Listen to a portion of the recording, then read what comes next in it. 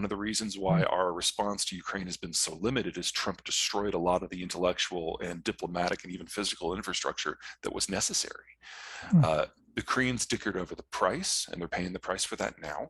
The Japanese tipped us. And so Japan is in with the United States almost as if it was American territory. And if this war had happened 5 years ago, Japan would not be participating in the sanctions. Instead, they were the third country to sign up. They've realized what they need to do in the long run. They've found a security sponsor. They're paying us to remain interested. It's working. Ukraine controls 1.5 of those gateways. So that's specifically what they're after here. With a lot of the other interventions in the past, whether it's in Georgia in 2004, Crimea in 2014, Nagorno-Karabakh last year, Kazakhstan this January, that allowed the Russians to get boots on the ground in many of these gateways.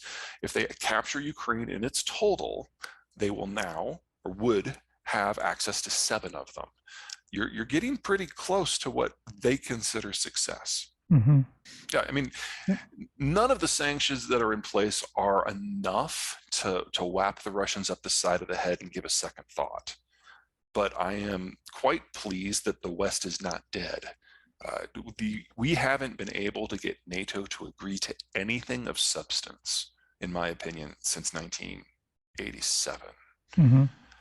And to have the strictest sanctions in human history in place, to have the Russian central bank shut off from all financial avenues, it can't access dollars or euros or yen or Aussie dollars or Swiss francs, even ones that they own are now beyond them. That is an amazing agreement. Like I said, it's not enough. The only sanction that the Europeans might have been able to do that would have made Putin blink heavily would have been just to say we will never buy any Russian oil and natural gas ever again. Could they even do that though? Not without a lot of pain. Yeah. The Russians, based on which country you're talking, on average, it's 40% of their energy needs. And so if you were to get by without 40% of the energy you needed for the next year, your life would look very, very different. So I understand why the Europeans are trying to have their cake and eat it too, but it's not going to last. There is no way you have a war in a country as large as Ukraine, with as much infrastructure as Ukraine, and with the tactics that the Russians are going to have to use, and that energy is still going to flow. So one way or another this year, probably in the next few weeks, those energy flows are going to shut off anyway. That's not how they think of things. Russians pride themselves to a degree on privation, and the sort of people who would push back against the government are the kind that are eating the imported cheese. They're not the kind of people that are going to pick up a soldier and march, or pick up a weapon and march on Red Square. You're talking about the pro-Western elites, the more educated people, and those people are now trying to find a way out. And from Putin's point of view, he sees them as a net loss, so that's really not a problem. Right, but there's he sees their departure as a net win. I said that backward. And the money that they've got left, they can't access it. All their currency reserves, all their foreign currency reserves were out of the country. They can't reach it. All that's left is, I don't have the numbers firmly committed, I think it's about 120 billion in gold. That is of no use in domestic management.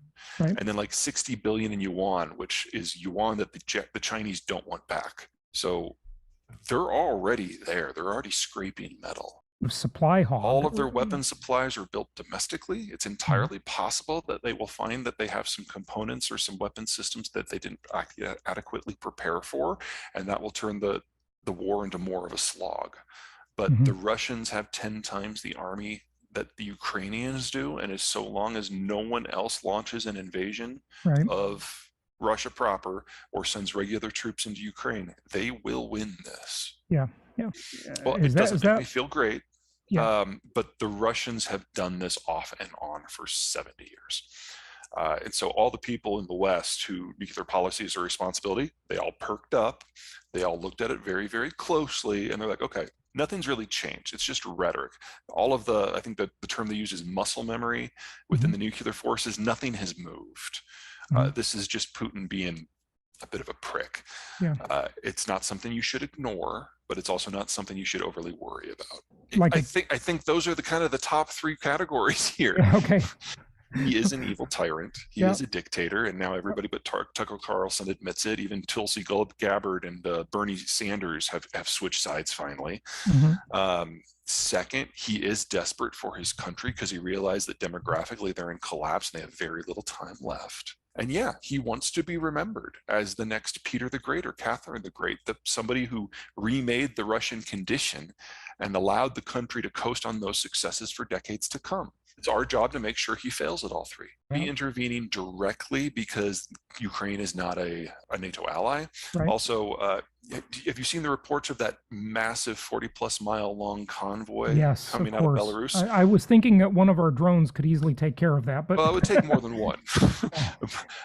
But that's kind of a good example of how the Russians suck at logistics. Mm-hmm. So if it came to a direct head-to-head fight between the United States and the Russians, one, our military is brilliant at logistics. It's like it's Disneyland, the military, everybody else. Right. And the only thing they're better at is taking out a large number of vehicles that are in a line. Yeah. So if it did come to a regular war between Russia and the United States, we would wipe the floor with them in terms of the armored warfare and the artillery battle. Right. And then they would feel that they would have no choice but to consider nukes. And so there's no reason to expect the United States to directly intervene. Right. We will play favorites. We are playing favorites.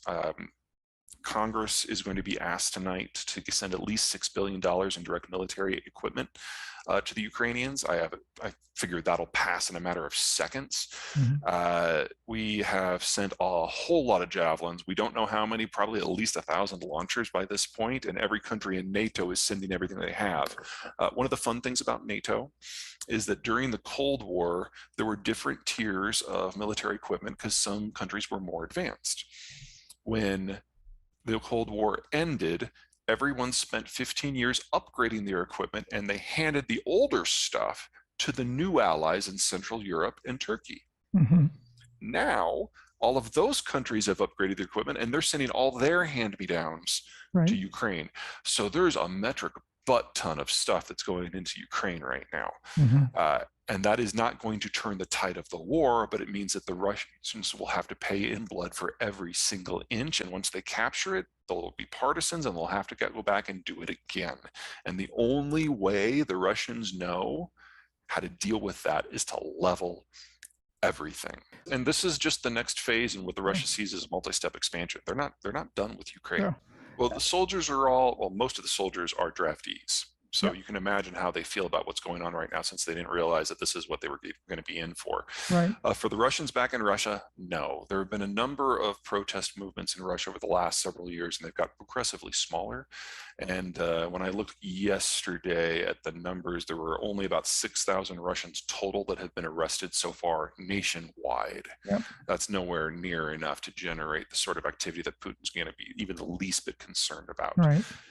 The report I heard this morning from Ukraine, which